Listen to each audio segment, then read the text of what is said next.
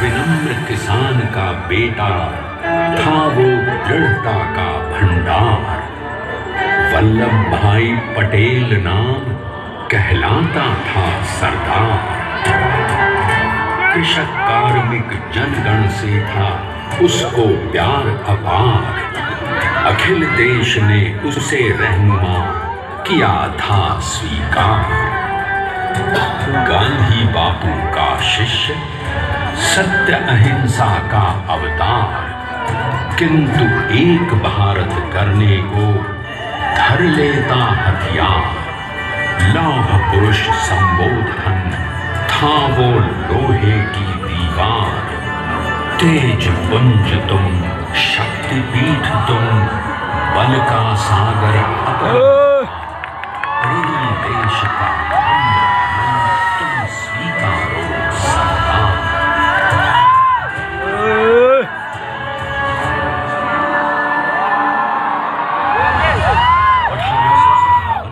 अंग्रेजों को ललकारने वाले पहले स्वतंत्रता संग्राम के एक सक्रिय सिपाही थे।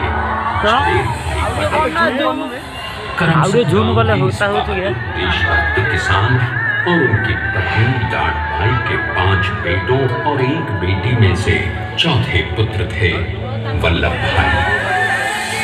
बालक वल्लभ ने करमसद के बाद नडियाद से अपनी हाई स्कूल की शिक्षा पूरी की। फिर 13 साल की उम्र में उनकी शादी भी हो गई, छोटी सी झवेर बाई से। 2 बच्चों, बेटी मणिबेन और बेटे डाया भाई को जन्म देने के बाद झवेर बाई असमय ही चल बसी। सदी बदलने और 20वीं सदी आने पर उनका जीवन भी एक चमत्कार की तरह बदला। प्लीडर का इम्तिहान पास करके वो वकालत करने लगे। पहले गोधरा, फिर आनंद और उसके बाद अहमदाबाद में। मगर जल्द ही वकालत छोड़कर वो बैरिस्टर बनने की इच्छा से इंग्लैंड चले गए। लंदन में बैरिस्ट्री में अव्वल आने और वजीफा जीतने वाले वो अनोखे भारतीय थे। अब तो अहमदाबाद की वरिष्ठ अदालत में बैरिस्टर पटेल की जिरह और जीतों की धूम मच गई।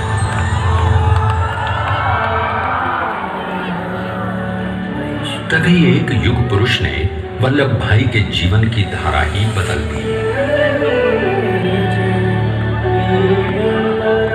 दक्षिण अफ्रीका में सत्याग्रह के अहिंसक अस्त्र से गोरे शासकों को सबक सिखाकर भारत वापस आए बैरिस्टर मोहनदास करमचंद गांधी से मिलकर वल्लभ भाई ने अपने कुछ वर्षों से सीखे विदेशी व्यवहार और संस्कार हमेशा के लिए त्याग दिए और अब वो अपने खेड़ा के किसानों को हक दिलाने के लिए बापू के साथ आंदोलन में कूद पड़े।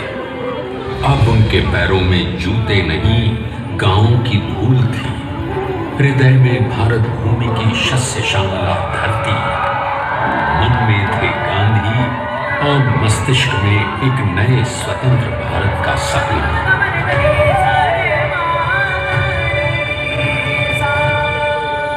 तभी बारडोली के मजबूर मजलूम किसानों की यातना का समाचार उनके पास पहुंचा।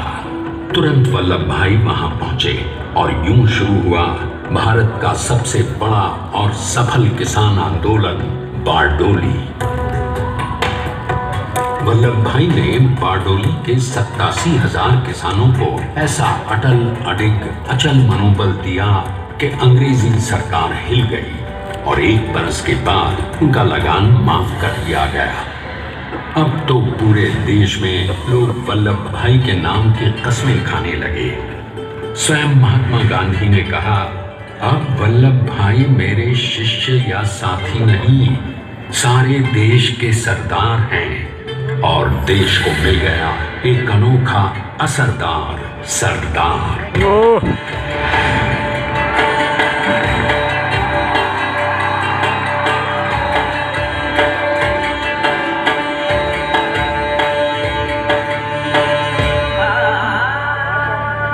सरदार पटेल के नाम और देशभक्ति से अंग्रेज डर कर कांपने लगे।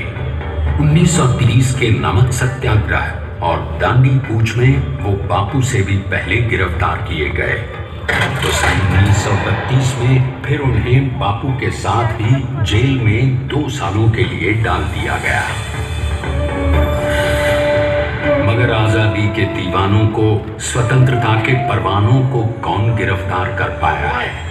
जेल से छूटते ही सरदार को कांग्रेस के नए राष्ट्राध्यक्ष पद पर चुना गया और उनकी सरपरस्ती में राष्ट्रवादी भारतीयों ने तमाम ब्रिटिश सूबों में जीत हासिल कर वहां अपनी स्थानिक सरकारें बनाई। किंतु सरदार का सपना केवल सरकार बनाना नहीं था। उनका स्वप्न तो था एक ऐसे नए भारत का जहां हर रंग, हर रूप, हर जात, मजहब, तबके का हिंदुस्तानी एक साथ मिलकर एक ऐसा नया भारत बना सके जहां पूर्ण स्वराज्य के साथ सारे समाज को गरीबी, अशिक्षा, छुआछूत से भी आजादी मिल जाए। इसकी पहली रणनीति थी भारत को अंग्रेजों की गुलामी से आजादी, ताकि भारत के लोगों की अपनी सरकार सबके साथ और सबके विकास के लिए काम कर सके। बापू की अगुवाई में अब देश ने अंग्रेजों को अंतिम चेतावनी दे दी, करेंगे या मरेंगे, क्विट इंडिया, अंग्रेजों, भारत छोड़ो। बस फिर क्या था, संघर्ष की रणभेरी बजी। 3 सालों के लिए सरदार पटेल को भी सत्याग्रही नेताओं के साथ जेल में ठूंस दिया गया। 2 सालों के बाद अंग्रेजों को बापू के सभी शिष्यों और साथियों को छोड़ना पड़ा।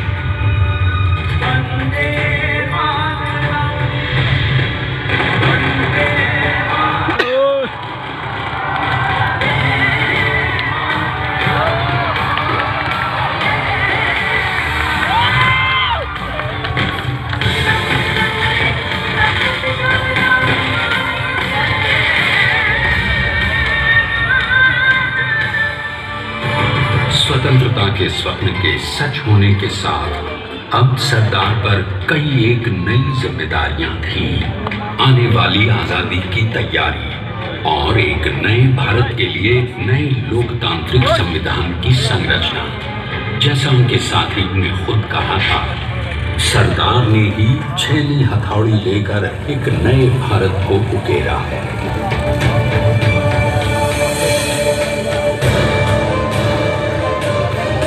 स्वाधीनता तो प्राप्त हुई, लेकिन खंडित भारत में भी उठते विभाजनवादी अहंकार को अभी दूर करना था। जब देश के खंड खंड होने का भय उत्पन्न होने लगा, तो सरदार ने निर्भय होकर खुद अपनी केंद्र सरकार और साथियों को भी चुनौती दे डाली और जम्मू कश्मीर को बचाने के लिए सारे देश का आकाश वायुयानों से भर गया।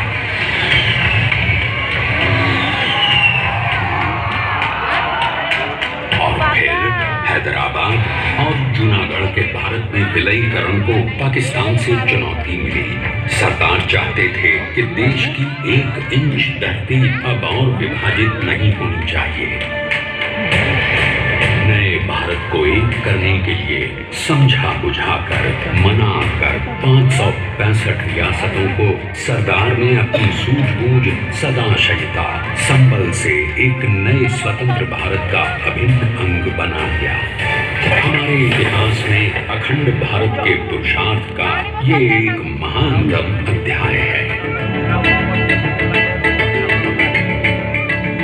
जैसा उन्होंने स्वयं कहा था, हमें नए धागों को पुराने ताने बाने में ऐसे पिरोना है कि एक दूसरे में गुंथ जाएं और बेहतरीन बनावट वाला एक नया भारत उभर कर सामने आ सके। अंततः अपने वज्र दृढ़ संकल्प से एक नया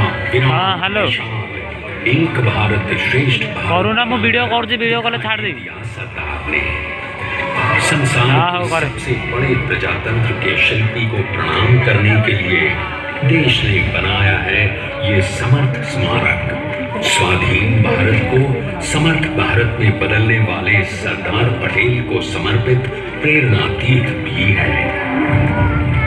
प्रधानमंत्री श्री नरेंद्र मोदी के नेतृत्व में बनी विश्व की इस विशालतम प्रतिमा के सामने आकर सारी दुनिया जैसे स्वयं ही नतमस्तक हो जाती है।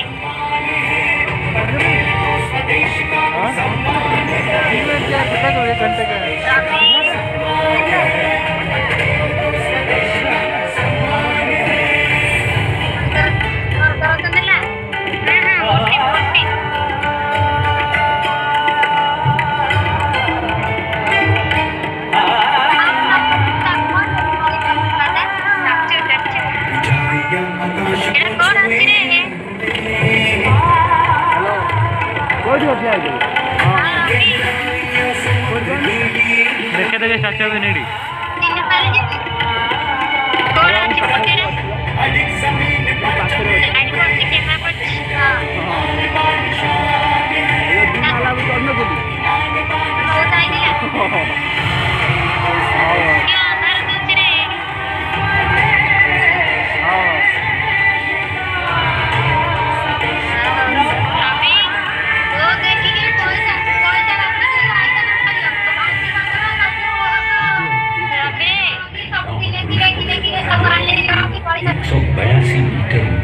विश्व की सबसे विशालकाय प्रतिमा का निर्माण कैसे हुआ?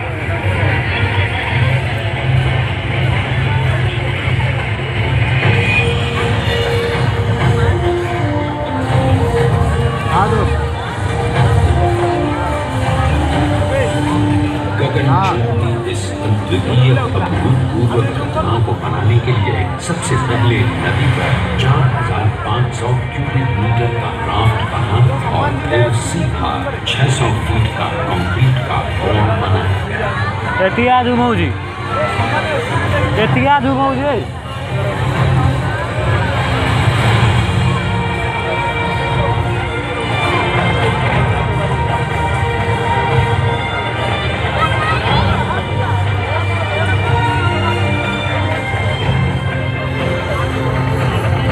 आ रहा उसको 2 मिनट आएगा।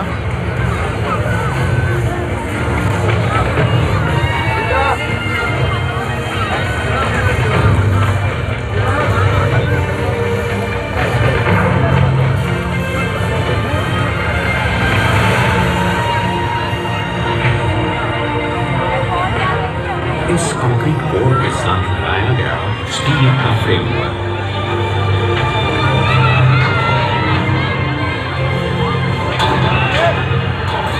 इस फ्रेम पर 6,500 ब्रॉन्ज के पीसेस लगाए गए।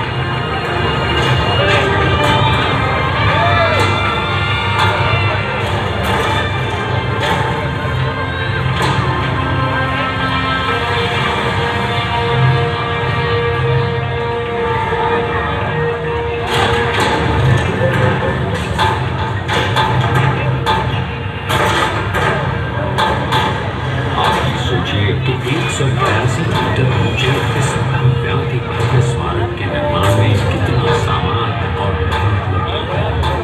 70,000 metric tonne cement, 18,500 metric tonne reinforcement steel, 6,000 metric tonne structural steel और 1,700 मीट्रिक टन ब्रॉन्ज।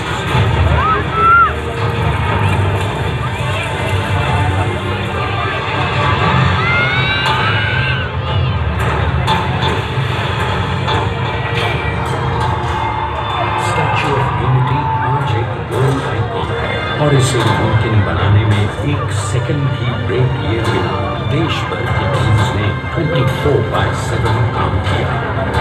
250 से ज्यादा इंजीनियर्स, 4500 से ज्यादा स्किल फोर्स और कई लाख मानव दिन।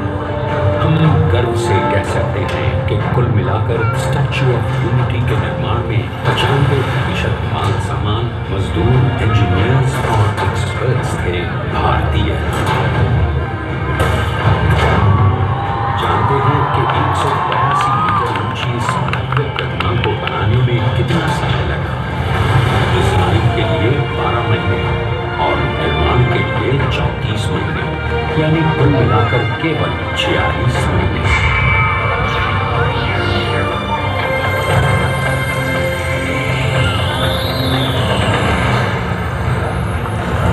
और इसी तरह बनी देश के शिल्पकार की एक अनूठी अद्वितीय विशाल प्रतिमा, जो सिर्फ आज ही नहीं बल्कि आने वाले न जाने कितने सालों तक यूं ही चमचमाती रहेगी।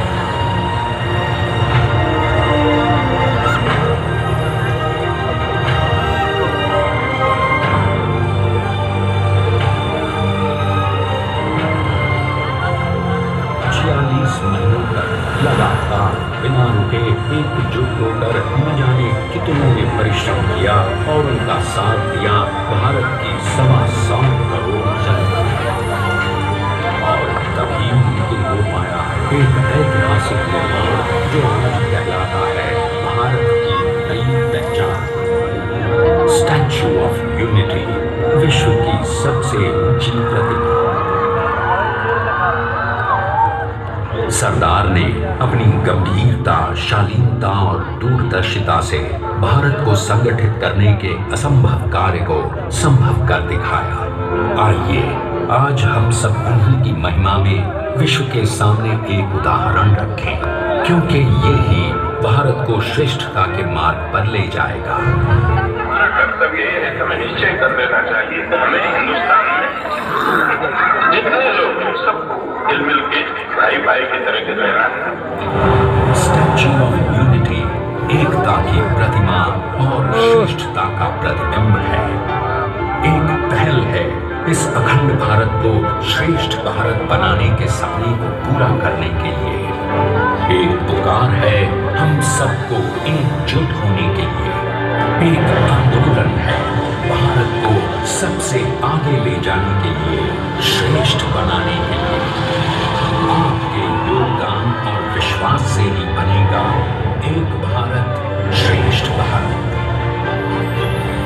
एकता का स्मरण, एकता का संदेश है कि भाषा अनेक, भाव एक, राज्य अनेक, राष्ट्र एक, पंथ अनेक, लक्ष्य एक, बोली अनेक, स्वर एक, रंग अनेक, तिरंगा एक, समाज अनेक, भारत एक, रिवाज अनेक, संस्कार एक, योजना अनेक, मकसद एक, कार्य अनेक, संकल्प एक, राह अनेक, मंजिल एक, पहनावा अनेक, महिमा एक, चेहरे अनेक, मुस्कान एक।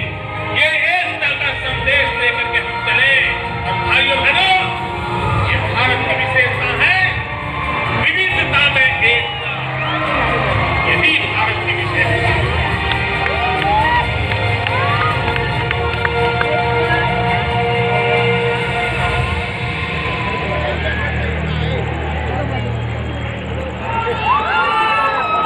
ये वाला रिकॉर्ड किया क्या तुमने मोदी का आवाज? नहीं किया?